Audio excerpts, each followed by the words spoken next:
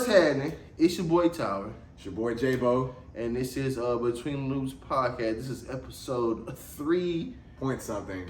It's our third take in 3 different weeks. Yeah. We had damn audio problems, recording 2 different video qualities, all kind of stuff.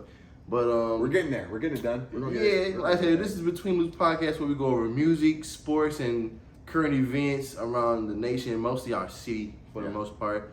And so we're gonna start off with the music, man, which is the hot take. Everybody and their mom was talking about this album. In a frenzy over the Drake and 21 album, Her Loss. 21. Do you want to go first? Because I ain't gonna lie. I know you ain't fucking with me. Go ahead. I don't like that motherfucker, bro. I don't know, man. It just, when I saw him in 21, I'm thinking it's gonna be like a trap metro, bars. like a metro booming. Yeah, trap bars. Fucking the beat selection was okay. I like the breakdowns in between, like the beat changes in between the song. I always thought that was a cool thing that that they did. But just all together, bro, I played that bit maybe twice. And I stopped. I was like, I can't do it. I can't deal with the Drake singing no more. I'm sorry, I'm overexcited because this album was it for me. I mean, it wasn't none of his best album. I can't even say ain't nowhere close to being his best album. But from what we've been getting from him lately, to get this, I was excited and I was jamming it for like 3 days straight because I was just like I was in the mode. It was good. I mean, it was good to me. Maybe you know how when you like an artist, you just find. I'm lying because his last album I didn't like. So Drake, I didn't like the last album. What is that? Honestly, Never Mind. Yeah, Honestly, Never Mind. I don't even have it on my phone. I have every Drake album on my phone. I don't got that motherfucker. And I don't got it on my phone. But this album for me, it was pretty good to me. I mean, I liked it. I liked the beat selection. The singing really kind of threw me off. It took me a second time to get through it. So I jammed it the first time, didn't really intake it. I was like, it's okay. Then the second time, I actually started vibing to the music. And I was like, hey, this mug's hitting. It's straight. It's good. It's a good album. Oh man, I say just me and Drake relationship is up and down because I got introduced to him, early on, say 2007, 8-ish, before he got crazy big. It was more so just, the rapping, the bars, him and Wayne going back and forth. Now, he did do the singing thing as well. November 5th, come on. Just met a girl. Whatever. That was later. Hey, no, that was later. I'm talking about before. That's what was the song he had in the beginning? Brand New and all that. That was in the beginning.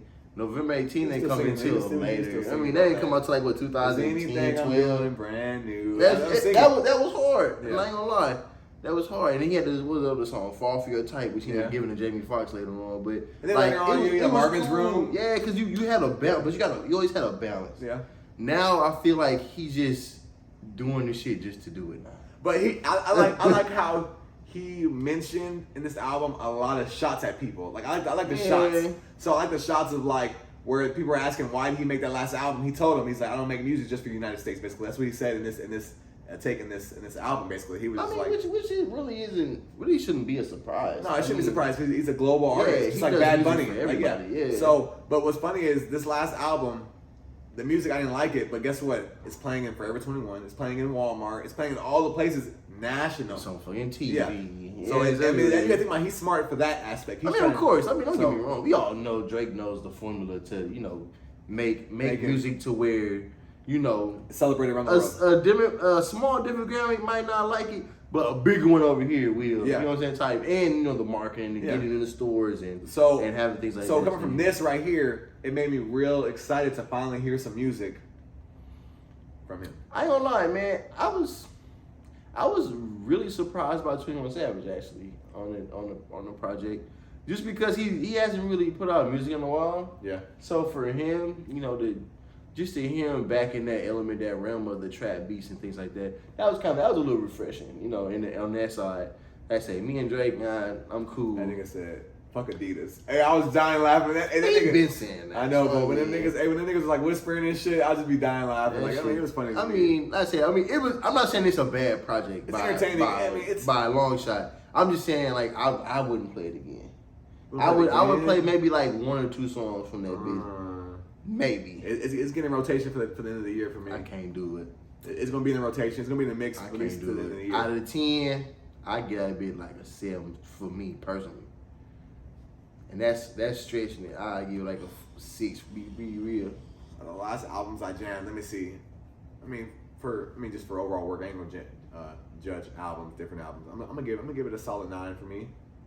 Right, Yeah, give it a 9. I understand. Like I said, and that's the cool thing about music. One person's views and other person's they'll almost never all be the same. No. Somebody's gonna not hear or feel the same thing for the music. No. And that's kind of why I like, bringing or having that aspect in our podcast of the music, especially like, once we get into like the deeper into like the different genres and things like that, because we both listen to country. Yeah. So I'm definitely gonna start integrating those in. And I'm not trying to sound like all holy. I started back in church and I listen to like the gospel music now and stuff too. I don't lie, there's man. some cool gospel artists that I like. Yeah. I've always known one like Lecrae. I've always known about him. Yeah. But I'm saying there's actual more like it's like I jammed something lately. It's like country gospel, and it was surprisingly pretty good to me. I was like, so on that aspect too, different music. So. Man, look. So last week I dove into like the old Kirk Franklin song. Okay, I got Kirk Franklin. I ain't gonna lie. I was like, man, that shit like real good. You got any Marvin on your phone? On my phone, well, technically, I guess. I mostly play the music on the back when I'm here. So it's like we gonna get into that later. Yeah, So okay, the second album is another artist that I kind of found on Instagram. I don't remember how I found it. He has this dance he does. So the last song on the album called "I Ain't Stressing Today." That's like his big market push song, biggest single. And I think at the end that was a good song. That's what I'm saying, but I think that's why, because everybody who knows the artist knows that song. I didn't know that. So like that was that song been out for a while. That was one of the best songs. I think that's why. That and was it Whoop De Whoop or yeah. That was fine. album. Well, we're talking about Dear Silas and it's giving self-love. It's giving self-love, which is a wild album name. That's pretty cool. It's kind of like a girl saying like it's giving. It's pretty cool. It's like a girl. That's like a girl's. He couldn't say masturbation. would you download an album that says masturbation? I don't care. I mean, no, come on. But it's giving self-love. It depends on who put it out. Yeah. But no, this album here, I liked it. He's from Mississippi, just like Big Creek and all that. See, so I got hits. That was my the whole thing. I got hints of all different artists. Mm-hmm. I got hits of Big Crit. I even got hints of Toby. Toby, yeah. I got hints of I got some hints of that Yeah. because if he didn't have all the some cussing and stuff in there, I'd be like, "Dang, this boy's been almost like some church raps kind of." That's what his flow sounded like. Yeah. I got hints of Toby. I really loved his flow. The way he put the lyrics together, it was real good. The beat selection for me kind of threw me off. So it was kind of like all over the place. I kind of zoned into the lyrics more than the beat selection because the lyrics, if you just like the first track, the lyrics just grab you. Yeah. If you like lyrics, if you just like music, it might not grab you if you don't pay attention. The beat kind of got you. The first one, pretty good. But when you start getting deeper into the tracks, it's like the lyrics is what's drawing me in more than the beats because the beats aren't really just like there. And he kind of give you more like granted, the album is called, is giving self-love. And he talks about like a lot of stuff like, making yourself feel better and, taking care of yourself, hygiene-wise, mental-wise. Skincare. You know what I'm saying? Yeah, he talk about all that. And that was pretty cool. I think that's kind of why I gravitated towards him because, once I heard that first song, I Ain't Stressing Today, it was kind of like he did kind of give you like that Big Crit sound feel. But then he also give you like some other like Mississippi kind of like feel a little bit like I ain't gonna say David Banner, but in a sense. He gave me the Big Crit feel. Definitely. He gave me the Toby. Definitely. He gave me the Toby. I listen to Toby. That's why. I don't listen to I ain't gonna care. I listen to him. So he gave me that feel kind of. But yeah, so I get that one just off of the first listening. He has another project I didn't get a chance to get into the next. I was just trying to listen to him. He has 2 projects that dropped? Yeah, he has one before this. Okay. The one before this one. I give this one a solid 8, man, just because it was something different, and he has like real substance to his music. It's not really it's definitely not like that raw, super blah blah blah. My race car this, my car this, my bitch like this. all the superficial stuff that we talk about that the genre. It's lyrics. If you like lyrics, if you can just dissect lyrics and you like wordplay too. Yeah, he had good wordplay. So I would give it a solid 8 for me too because for being someone new I didn't know nothing about. Usually it's hard for me to gravitate to a new artist. So when I heard the first song, I was like, okay, lyrics. Second song, lyrics. I'm putting stuff together. I'm like, okay, yeah, he's jamming. So it drew me in with the lyrics, definitely. I like it. So the third album is I ain't gonna say he's a new artist, but he kind of he's new to a lot of people who don't know him. Yeah, so I ain't gonna lie, we played 2K. His song on 2K. I heard this shit a million times. Yeah, I'll play it later. It's called Rice and Gravy. You'll hear that when it plays. You gonna know it. But that's Smino with Love for Rent. I love his flow. Now with Smino, he a hybrid type of artist. He give you like a rap. See, almost like I ain't gonna say T-Pain. It's like if T-Pain didn't use auto-tune. I'll live with that. That's where he would be. Cause he gives you like that. It's singing still, like harmonizing, but kind of. Yeah, but it's kind of like how Bryson Tiller would. Yeah. You know, in a sense, and man, you know, just his vibe. You know, he had the track with J. Cole. Yeah. I think like 90 Proof or something like that.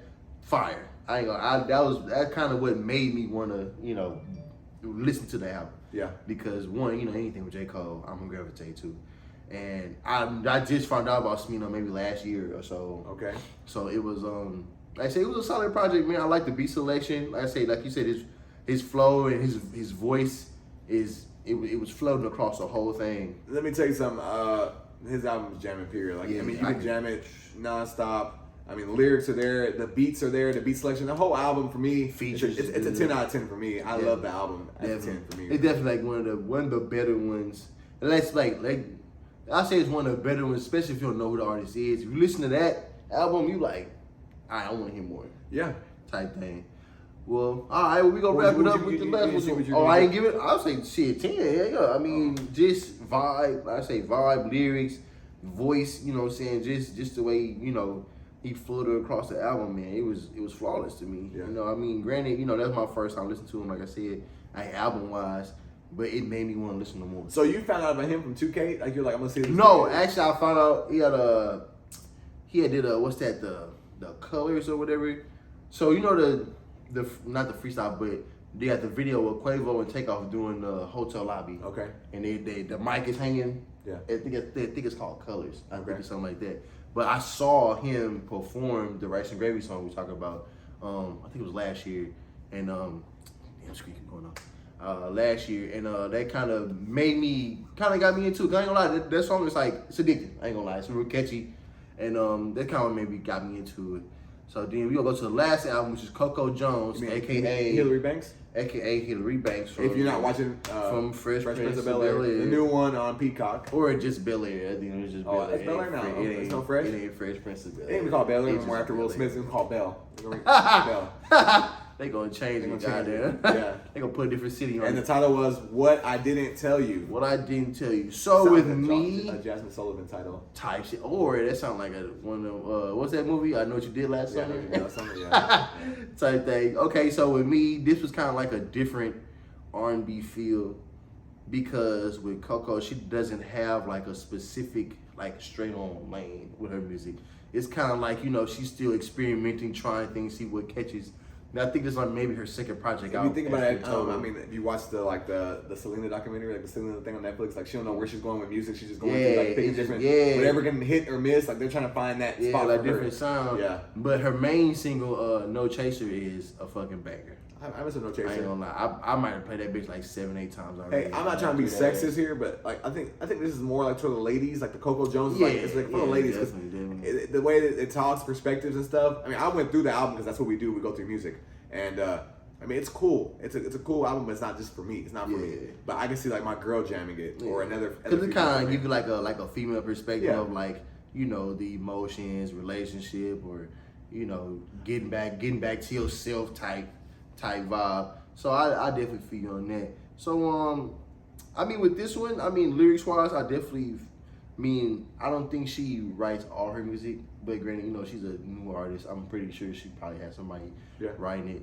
But she has a good voice, like an amazing voice. I've watched her on another YouTube channel, Terrell. He comes on, he interviews artists, singers. They actually have a series where they do all kind of like activities and stuff. Mm-hmm. They cook and they race cars and do all kind of things. So that's kind of how I got into it. Then, you know, like I say, she's an actress on the show, so that kind of drew me in a little more. Definitely. Yeah, that show's good. So I mean, it was a good project. I definitely liked it. I definitely would play it more because I'm more of an R&B type of guy. Okay. So I mean, I'll definitely give it more. She has another project that I kind of want to check out. So you jammed this album? Like, I ain't gonna lie. I actually liked it, man. I mean, I ain't gonna lie. I listen to shit like that. Be honest. Who we talked about last week that didn't get aired? If you want to talk about R&B, we gotta bring that album up. The album was hot, bro. We gotta bring that album up. The dude I didn't know about. The guy I didn't know about till I gotta look this up. Let's put it. Who was it? It was Real as K. We got two of them. It was Real as K. Was it DVSN? Oh, Division. Okay, we should have brought those two out because we show that other end. Look, we already have 4, man. I think the max is 4. We gonna do it. We had 2 R&B albums last week that didn't get aired. That one, I mean, that I was really jamming with because Realist K was a 10 out of 10 for me. Those were good albums. And Divisions, I just found out about him. So anyway, definitely those were good albums. But so we gonna wrap that up, man. Now we gonna get into the biggest part of the show. Yes. Your 2022 World Series champions, Houston Astros. Yes. I see you got the hat. That's yes. right. I gotta give me one, man. Everything sold out in the city. I couldn't find nothing by the time I got out. So, man, champs. As you know, we've been watching, the whole series, postseason in general. Yeah. I've been watching since maybe mid-season. Like I always go to the Astros game on my birthday. So around August time, they always play the fucking Rangers on my birthday. It's just what it's been. And I started watching since then because when I went to the game and I was watching them and I was like, man, like they really have a chance, like type thing. And just off of how I saw the defense to the pitching, because Verlander and all them were that's when he was like really, really going at that point in time.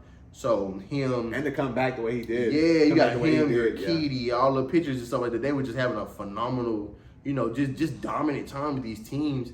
So when it came to the postseason, man, it was crazy. I ain't gonna lie, bro. It was like real crazy because I didn't see the sweep with the Mariners because we always struggle with them during the season. So I didn't see that. I didn't see the sweep with the Yankees, even though Aaron Judge was hitting like shit. He was forcing it. So that's why. But he was doing that shit all season though. So but, hey, everyone after we swept those 2, right?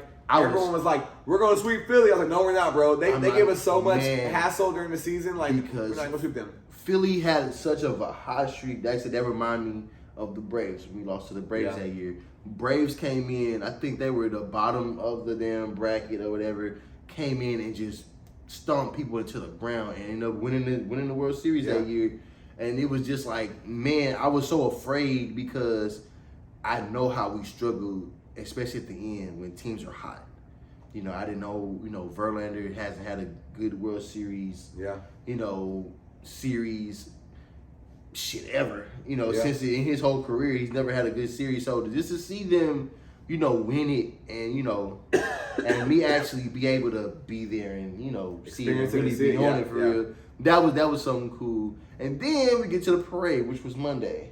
Which we ended up being on opposite sides of the street. Like 2 million people. Man, like the whole downtown was filled. Yeah. Just trying to park, which I blame him, but I don't, because I should have just kept going where I was going. So you blame me. I was going to park somewhere. You got there a little too late. Whatever. I was going to park somewhere.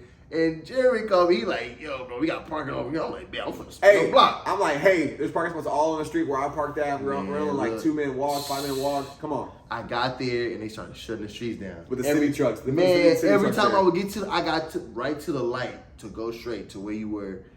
The city truck came and blocked the driveway. I was like, oh man. So I was trying to, spin blocks to get over there. It just didn't happen. But I enjoyed myself, man. I ain't gonna lie, it was pretty cool. I didn't get to see the 2017 parade because I was in Beaumont at the time. So I think you were going too. Yeah. You weren't even here yet for that. No, so this is our first time actually, being able to see the parade and stuff. And the biggest thing, like I was telling my daughter, even with like my sickness, I still went and had to have my mask and stuff on. I ain't gonna lie, that's so once we figured out what we were across the street, I look back over and I see this big ass blue mask on this motherfucker. I was like, bro, what the hell? Hey. But then I thought about it. I was like, that makes sense. I was like, it's like my daughter, this is a once in a lifetime opportunity. We might not never get a World Series again. Who knows? No. So you got to enjoy the moment and seize it because this is the experience you'll never have. And if you do it, you'll have this memory in your life for the rest of your life. Like, hey, I went to the World Series parade. Yep. I got to see the players. I got to see everything. Now the next thing is going to a game. Yeah. Like a World Series game. I always want to go to a game. Man, I wanted to so bad. Fucking tickets are through the roof. I can't see spending $600 to stand up. That's $600 to stand up. That's craziness. Can you imagine spending 600 stand No, up. I can't. And when I see 600 standing up, and I see 600 for floor seats for a Rockets game, I'm playing a regular team. I'd rather go courtside. I'd rather go courtside and have $600. I mean, because they don't let you bring your like your chair stuff with you in there either. So it's like man, you don't know how long you're gonna be there. You don't know how long you're gonna be there. Because that one game when they played against the Mariners, bro, that shit was like 7 hours. Yeah, that was the game they won like extra innings or whatever. But yeah, man, the parade was a cool experience. Amazing. Funny sidebar: all the Houston rap legends were on one float, except Trader. He was by himself. I wonder why. He was standing in the middle, just hanging. I didn't know he was even on the float for real. And then, Lil Kiki was on his own float. Yeah, but he was like with Mad Hatter and then that's a little different. Yeah. But you on there by yourself. Don't. I didn't know nobody else on that float. Like I didn't know he was even on there. So I just there was a lady in front of me. She was like, "Is that Trey?" And I looked up. I ain't gonna lie, I booed him a little bit. Hey, maybe the Houston rappers don't fuck with Trey no more. I don't know. He fucks with T.I. and all that stuff. And, he was signing Grand Hustle and all that stuff. But I don't think it's really that big. But at the same time, that was a hell of a place. It'd been dope if Trey and Zero were on the same float. Hell no. And they squashed that shit right then. I mean, that would have been cool to see, but Zero posted a picture with his jersey on. Wasn't nobody going to invite me? Yeah. You seen that? Wasn't nobody going to invite me? I felt like that was like a shot. But also, when I saw that, I was like, damn, he on it by himself. You had Mattress Mac. You had Paul Wall. You had, who else was up there? Scarface. You had Willie D. Yeah. You had all of them on one float and Trey by himself in the front. Like, now, granted, like I say, Lil Kiki could get a pass. He was with Mad Hatter in the radio station, which is kind of like another Houston legend, type thing. And there was DJing too. Yeah, so with him, he just there. He was just holding on, just looking. And I was like, damn, that kind of sucked. Like, bro, why are you here? You know what I'm saying? You part of like one of them ones that just ride by. Everybody go, and let you keep going. Yeah. But then the players came at the end. Man, it was cool because with Pena being the rookie and the youngest on the team, just to see him get all his accolades and how he just played so well. Yeah. In the postseason. It was pretty cool to, like I say, to witness that, like to have the first rookie shortstop to ever hit a home run in the World Series. First rookie shortstop to win goddamn World Series MVP, win ALCS MVP. Like that was now the only thing that would have topped it off if he would have got a rookie of the year. But he didn't play that well. Yeah. During the whole season up to get that. But what's crazy is it's like the manager said. He said, "You never know. Any day could be your day. You get the call up, and all you do is show out. All you do is play like it's your last day." Because that he's been in the league for a couple of years, but he was like in the AAA and stuff like that. So that was his first rookie debut as a major. So that's what you got to think about. Like it was like, man, but that goes to the whole D League, G League, to where you go to these low level teams and you develop yourself for real. Like rather than going to college, playing college, you actually get or just like not getting stagnant where you are, like wanting to get better and be one and really learn and hone your game and bring it all together. I feel like with Pena, man, that's what happened this season. It was like his number got called and he answered that motherfucker. I ain't gonna lie to the T, because man, it was to the point to where I was rooting for Pena more than I was Alvarez and all the rest of them. It's like Jordan, man, and he had a phenomenal World Series too. With with them home runs and getting coming in clutch, coming in over and over again, the walk off. But I kind of felt you could see in his last series he was getting frustrated and real pissed off because he wasn't getting that hit he wanted to get, and I knew he was coming. You could tell, man, the way he swing. I ain't gonna lie, he swing violent. He looking to tear the cover off the wall. Hey, so I know we want to switch to the next topic, but we gotta bring this last topic up. Pop up. I'm looking at this right now. What you got? Kyrie freaking Irving. Yeah, my boy Kyrie. It's hella unfortunate, bro. But like I said, now granted, I gave my views on Kyrie on the last episode we couldn't upload. So we did talk about that. Yeah, we did talk about it. So we can go back over. Ain't no big deal. So I forgot about that. I feel like they are. But no, the new stuff just happened now though with the Nets. They got a whole list what they want him to do. Yeah, now that's what I'm saying. I kind of feel like now they're overdoing. I feel like they're being like a slave master. Yeah, and they got their foot on his neck. You're gonna do this and this. Like, it's like a this your one, huh? Then they beat him right in front of us type thing, like Charleston White, all everybody, all the other I think Nick Cannon had said it as well. You know, it's like they're just, you know, him, Kanye, or anybody that speaks out really. Yeah. I don't really say him speaking out, to be honest. It was more like him just speaking what his he believes is thoughts, true. yeah. I mean, just because you got a little status don't mean you can't have an opinion or a thought process. Now it'd be different if you were forcing that onto people. He was just, you know, he just posted a link. He didn't get no context. But it's like people saying, why aren't they backlashing Jeff Bezos? Why aren't they backlashing the people Amazon who made the goddamn? Why are they boycotting Amazon? Because they making profit off that shit. They're making money on it, but someone points something to it and says something about it, and they didn't really say nothing about it. Be honest, just posted a link to that. Jeffrey Dahmer. We talked about that shit forever. Netflix is making crazy money on it. Everyone was talking about it. Didn't nobody say, "Oh, you're banned. We're blocking you. We're blocking from games." Or if somebody would have said, "Why they keep making movies to make profit off of this? We knew this is a horrible story." Nobody's gonna say that because it. I mean, granted, it does affect our community because he did, you know. I ain't gonna say targeted black people, but it kind of looked like black people. Yeah, it looked like it. You know, so I feel like, I don't know, with Kyrie, man, or with anybody with status who speaks out about, you know. But I feel like we got the status, and I can't say nothing because I'm not rich. I don't have millions of dollars. Yeah, of course. But I feel like look at the NBA. Look how many blacks are in the NBA. That's the fucking whole league. Other cultures. Now imagine if everyone except for white people just stop playing. Just say, well, we gonna make our own league over here. Yeah. We gonna go play, instead of playing in these big arenas, we gonna go play at these HBCUs. And it starts with college. Yeah. Just like, you know, Dion. It starts with situations like that to change the mindsets of these guys. Yeah. Just like LeBron's like being a yes man. I'm like, bro, come on. Yeah, I ain't gonna lie, man. Like, I wasn't feeling that. Are you talking the same guy when the lady told you shut up and play basketball? Shut up and dribble. And then you had a problem with that, but then your buddy Kyrie, you know. I don't know, man. I feel like that was disabled. And that wasn't even just him. Like I say, Shaq, damn Charles Barkley, Shannon Sharp to a degree. He went back and he kind of like Stephen A went back now too though. Exactly. And they're starting to iron out because they starting to realize like I like it when people can say things and they can come back and admit I was wrong. Jay Williams been going off in the situation too. Exactly. He's been going off. He said he don't care if he loses his job. And that's some of my shit we gotta have, bro. Because I mean, at the same time, I'm not saying like, you know, like the Jewish culture as a whole is, you know, oppressing us and nothing like that.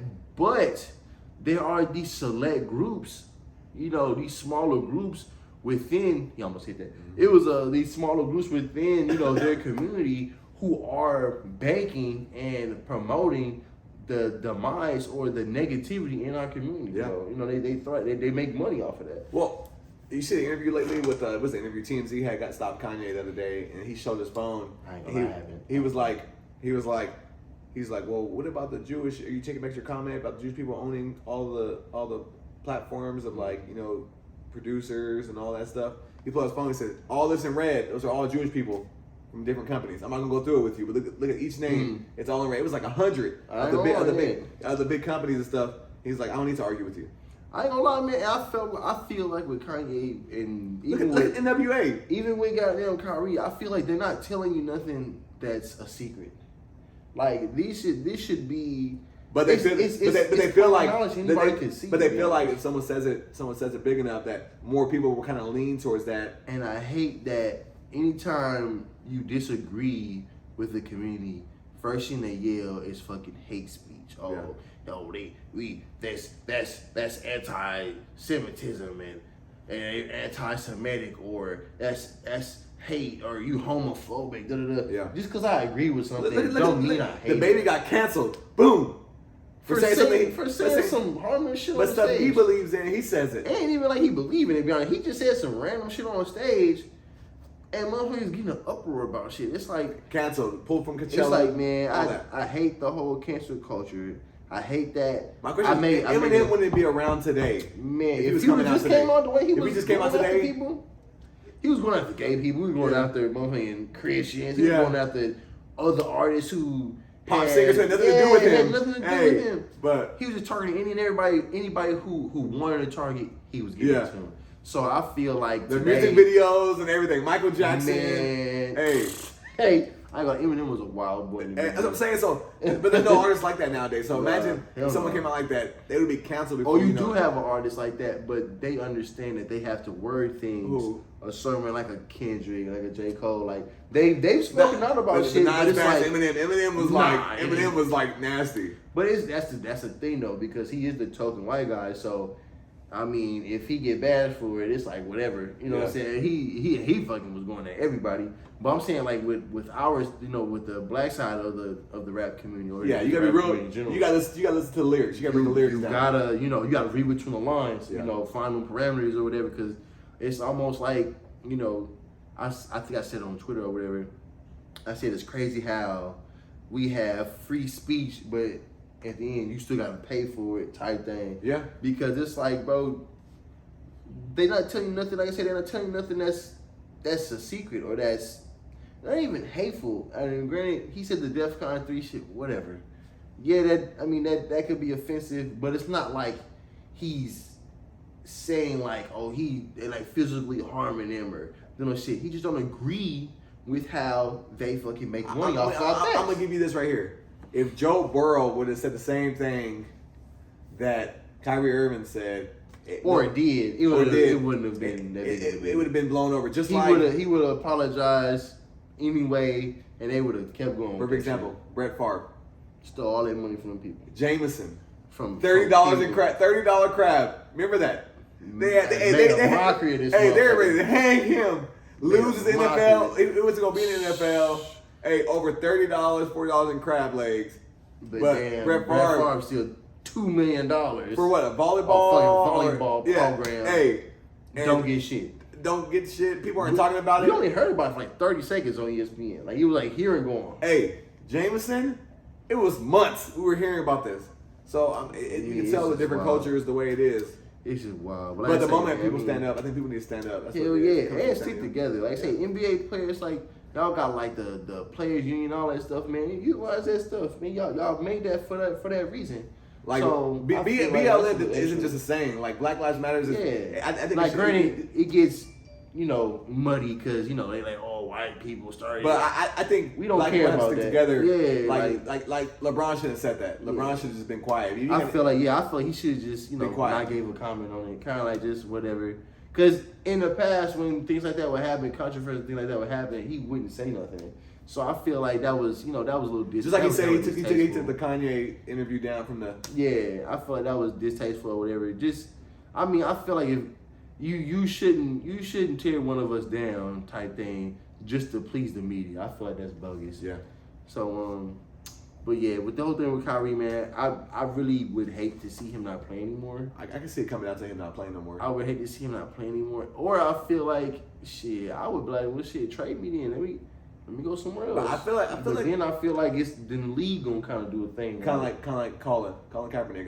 Yeah. I feel like it's gonna be a league thing. He's the seed that's starting to make everybody else spoil, where they're all getting their own personality. Because just like the COVID shot, he stuck to his guns. He didn't get the COVID shot, and guess what? He didn't have to get it eventually. Yep. They started playing. So I think they're gonna get rid of him out the league. Period. Because he's like the rotten fruit basically to them. Man, I feel like he's such a talent, man. I feel like that's just unfortunate to the fans.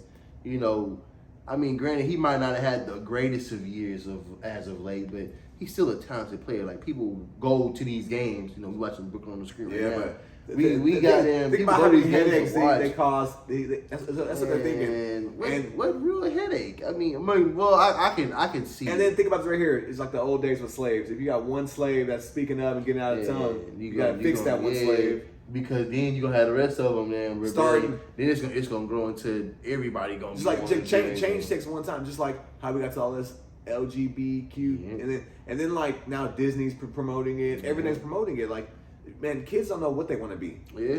Everyone says, "Oh, kids don't know what they want to be at that time." Because it's a lot of influence that go into life choices. But now it's so influential. Anything you watch can push your kid to that. Because now it's watch, anything you hear, and even just the way parents and family members talk in front of the kids. What was it? Like it was Sam Smith and this other lady has a song. I can't think of the song. It's number one right now. But on the radio, all I heard was Sam Smith and the first transgender woman is why? Like why? Just say the Smith artist and name. the artist. It's she's the first transgender to have a hot number one. I'm like, why does that have to be all that extra stuff? That's what I'm saying. They're pushing it. Like, it's wild. That's what I don't get. That's what I'm saying. Why can't you just say Sam Smith and so and so have to have a hot number one? It's wild. But no, it's Sam Smith and so and so is the first transgender woman to have. It's like, we don't need to know all that. Yeah. Just say. I feel like you putting a target on their back now, because then they could potentially lose some listeners that might have liked the music before. But I like the song. The song was cool. But everybody don't think like that. Everybody hear trends and they like, man, I don't want to hear that shit. Yeah, type thing.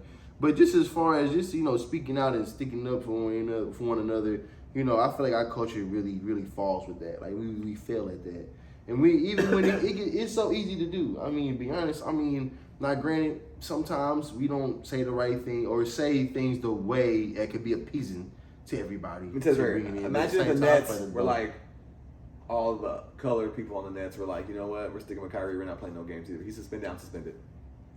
That's the fucking whole team. Gonna have Joe Harris with the by himself. Hey. You got Joe Harris by himself. But imagine they did that. They wouldn't know, but imagine if they actually didn't care about money that much. Man, that's like back in the day, bro. Like, with the lockouts and all that stuff, like, on the protests and stuff that these sports have, where the players go on strike and don't play, you can do the same thing. Yeah, everyone's scared of a check, but I mean, and then you got most of these star players like at the backside of their career now. So it's like, do I mess up this bag I can have? Yeah. To support my brother, but also I got my family to worry about and the lifestyle we have and all that shit. But you gotta think about a better world. Yeah, you gotta think about the long term. Bron has his kids coming up now. His two sons look like shit. They gonna be going that route now. Yeah. So it's like, you got to think about that. I mean, granted, of course you want to think about now because that's what's in front of you. Yeah. But sometimes it's okay to, lose a little, gain a lot later. Yeah. So that kind of ties into, I guess, the next topic, which this week, my second birthday, which is tomorrow, the Marine Corps birthday, and definitely I'm probably gonna be fried the whole weekend. And then Veterans Day is right after that. It's Friday, and speaking of giving a little to get a lot, as I get all the benefits and things like that later on in life than what I had before. But with this whole, speaking out and just speaking what you believe in, your truth and things like that. Sometimes it was real hard for me when I was in the military to really, I guess, how can I say this? To really have an opinion on things, because I kind of felt like I would be contradicting myself sometimes. It's because when you're in the military and people ask you all kind of crazy questions like oh, you ever killed anybody? You ever did this? You ever did that? And it's like, it's wild to me. That's like the first thing they think about instead of thinking like, man, like that's a cool thing to do, or a lot of people don't do that. Ask me different questions like, oh, what made you do that? What made you want to go? Did you want to serve because of this? And your family and all this stuff. It's just man, it's crazy. But on Veterans Day, I mean, all the veterans, we all partake in all the meals and deals and things like that happen. But what would be cool to me is when I see the older guys, the World War IIs, the Vietnam and all that stuff, that are still alive, just to see them and just the camaraderie that we have together. And that's one thing about, the standing together thing that's where I learned that from. Because, when you're in the military, bro, you see, people who are either people who aren't in or people from other branches, it's like, I can hate you in the office. Like, we can work together. I can hate you. I'll be wanting to strangle you in your chair every day. But if somebody else pick on you, we ain't fucking having that. Like, we all finna bang, we finna beat some ass or do whatever, or, be competitive or do whatever. And that's kind of why I feel like we kind of feel at that, because I see how easy it can be, even from people from all crazy different walks of life. I had a guy that was in my unit. He said he saw his first black person ever in his life when he was at boot camp. Oh, wow. So he was froze, and he said he didn't know how to even talk. He thought they were going to be, aggressive and angry. And he was like, those are the nicest guys I ever met in my fucking life type thing. So it's like, I see how easy it can be, just from a simple mindset of, this is my brother, Now, granted, we might not think the same, might not act the same, might not live the same, but at the same time, if somebody from the outside come fuck with us, we not finna let it happen. Yeah. And I just like that, that aspect of the military, and other things besides that, and that's, it's almost like anything, like I seen in law enforcement and things like that, people become a family because you're around them, all the time. And like I say, my friends from the military, shit, they like brothers to me. They say my mom and them know their name. My mom ain't never seen them face to face before, except on FaceTime. It's like it's like I'll FaceTime, Tone, I'll FaceTime you. She be like, oh, that's McNeil. I'm like, and in my head, I be wanting to say, how the hell you know that? Yeah. But it was like, we just band together, man. I just, that was a crazy and amazing experience in my life, So to all the kids out there that's thinking about going and a little shook, man, just make it happen, man. It ain't gonna harm you none. Everybody's experiences is different. Just like, going to college or anything. I mean, yes and no. Yes, if you feel like, because this is how I did it, right? So when we were in high school, one, I didn't like going to class.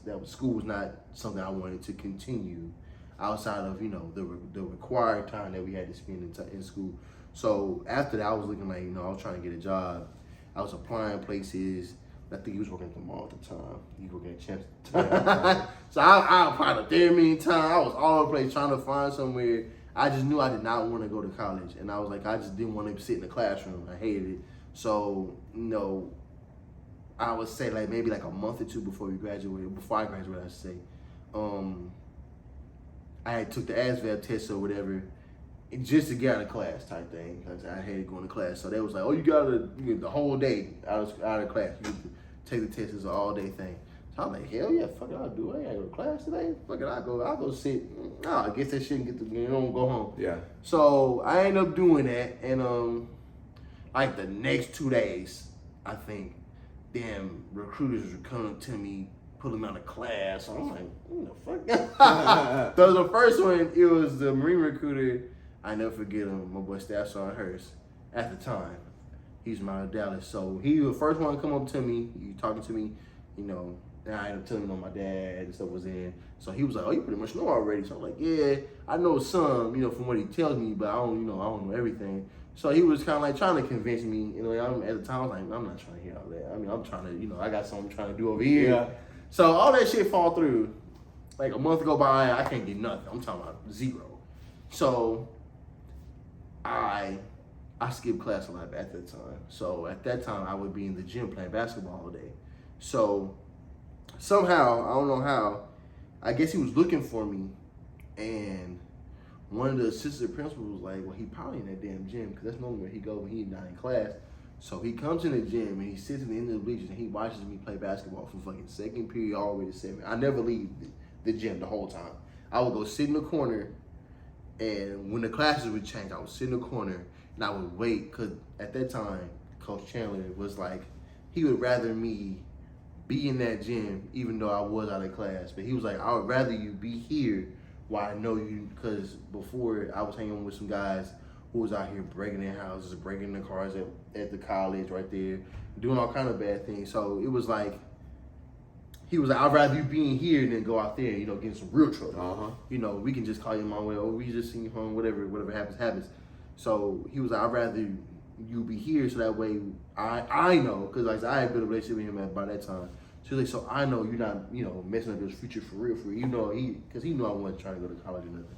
So the guy come in, he sits at the end of the bench. I'm talking about, all day, I'm just playing, killing. I'm playing in fucking jean shorts and a t-shirt. I didn't have a basketball shirt that day. I was just playing whatever I had. So I played all day, and he walked up to me, and he was like, "Bro, you like really good." I'm like 17, 18 at the time. And he was like, "Man, you like really, really good." He was like, "I've watched you play. You don't get tired. You can do this. You've done this for hours. I'm saying you watch you do this for hours." Granted, I didn't even recognize he even fucking sitting there, to be honest. I was so locked in. Yeah. And he was like, "Man, you can do this in the Marines." I'm like, "What?" I know what you mean. He was like, "Yeah." He like, "We got teams, man. You can start off on the base team. You can go as high as, you know, all armed forces, he said, you get paid. I was like, damn, that shit sound fine. I was like, I'm like, that shit sound cold. I can hoop, and I can do all that. So I talked to him a little more, and he broke it down to me the next day because I had to go home. He found out what you liked, and he he was like, I got him. And so he was like, you know, you can do all this, and I was sold because I was like, man, I get to play basketball. You know, I can have a little job or whatever. I can make money, and you know, and it was kind of cool because the way he broke it down to me, he was like, it's not as stressful as you would think it is. You know, you have a regular job scheduled day by day. Depends on what your job is. Most of the jobs, he's like, all the office jobs are, it's like being in the office here. I know I'm you know, receiving or whatever, you know, some company, you got from this time to this time, you go home, you do whatever you want after that. And he was like, you know, he's like, I see you that good. So he was like, you know, if you apply yourself and you know, you get out there and you really show people that you got skills, he was like, bro, you can play on these teams easily. So shit, about a month go by, I'm about to graduate. My dad was like, hey, you got a year to, you know, either you get a job, go to college, go to the military, whatever. I showed him the contract. You know, I showed him the brochure. I already made a decision. I threw that on the bed. He was like, you? I was like, yeah, I guess. I was like, fuck it. I was like, I mean, he was like, what made you change your mind? I was like, he said I could play basketball. He was like, yo, ass. I was like, man, look, that's all I wanted at the time. So, man, I joined, I did all that shit, man, and it was like an amazing time, bro. It was like craziness. It was almost like being in high school all over again. Dang. You know what I'm saying? But it was a little different. You had your own responsibilities and, you know, things like that. But it was like, you know, I found friends just like I did, you know, in high school. And it was an amazing time, bro. It was, I ain't gonna lie, that's probably one of the highs in my life, you know, at that time. Joining? Yeah. Them 3-4 years. That was a time of a lifetime. So I got to travel. You know, I went to Afghanistan for a year. I got to meet people from other cultures. Like when I was in Afghanistan, we got to see the British Marines and their military. We got to see the Irish, the Georgians. Like we got to see so many different cultures and people. You know, it was kind of cool, and they ain't the same shit. You know, everybody was, you know, we were all one. You know what I'm saying? We all were fighting the same cause, and everybody was so close knit. It was just fun, bro. It was almost like how somebody who had like a decent time in college. It was kind of like the same feel. Yeah. You know, somebody who goes to school, you know, they partying, you know, we did all the same shit. Even though we had to, you know, we were more so doing a duty, but at the same time, you know, I see a lot of my friends that went to college, we kind of damn had the same experience. Yeah. Just a little different. Just it veered the same, but it wasn't the same. Like, type shit. So yeah, that was. At one point in my life, I was debating on joining the Air Force, and then kind of backed out because I had a baby. Damn. And I was just shit, that's the time to go. Nah. Shit, you could have got big pay. I was debating at one point in my life, and I was just like, I think I was more scared than anything. I don't know, I was too, bro. Yeah. I mean, I ain't gonna lie, man. It's a scary feeling. I went to the recruitment office and talked, and I think I was just more scared than anything. I was just afraid of failing. That was my thing. Like, I might tell my dad had went through it. I had uncles and things on my mom's side that did it. So, cooking. So it was like, you know, there was a lot of pressure on me to, you know, because one, I didn't want to let them down, and two, I really wanted to, you know, get to that point. To excel. And just get to that point to where I can, you know, play basketball and, you know, really be in it and, you know, kind of, you know, do whatever. So that was wild. We had a couple homies that know you that high school that went to, like, you know, Air Force and Navy and things like that, and their experience was totally different than mine. They hated it, and I loved it. You just got lucky then. Yeah, I mean, that's what happened when you choose an administrative job. I sat at a desk most of the time if I wanted to play basketball. Yeah. So shit, I sat in the office. So shit, I mean. You weren't trying to top gun it, huh? Hell no. I mean, once I got to Afghanistan, I did a little shit, like a little here and there, but it wasn't. You like my cuticles. I like to do administration work, please. He's like, do you guys have a nail shop out here? Yeah. Hey, I can't tell you if my point me to the filing cabinet and that ballpoint pen, please. But yeah, man, that was, like I said, that was wild. So this week is, you know, a little special to me. You know, then with my dad being gone, you know, I on Veterans Day and things like that. Did you usually, when your dad was alive, did you usually celebrate Veterans Day with him? You go there? Yeah. I mean, once I came home, we would do things like, you know, we would always, because I was living with him, and at one point in time, or a few times, before he passed, we would we would all go out and, do the whole, meals and deals and things like that. And then, like you say, the Marinko birthday. My dad, he wasn't like a real drinker like that. He'll have a beer or two here and there, but he wasn't drinking like that. So, I would go to the house, we'll have a beer, whatever, on the birthday and things like that. And all his homies that he served with, they would, he would FaceTime them, and we would all, talk, share stories and things like that. They would tell me stuff about my dad I didn't know. Like when they were, I think my dad went to Saudi Arabia, I believe.